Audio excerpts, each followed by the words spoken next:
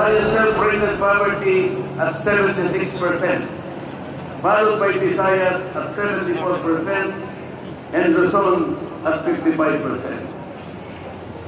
Mga kababayan, sa tayang 5 ang miyembro ng bawat pamilyang Pilipino, nangangahulugan na aabot sa 87 milyong Pilipino sa ngayon ang nagsasabing sila ay mahirap.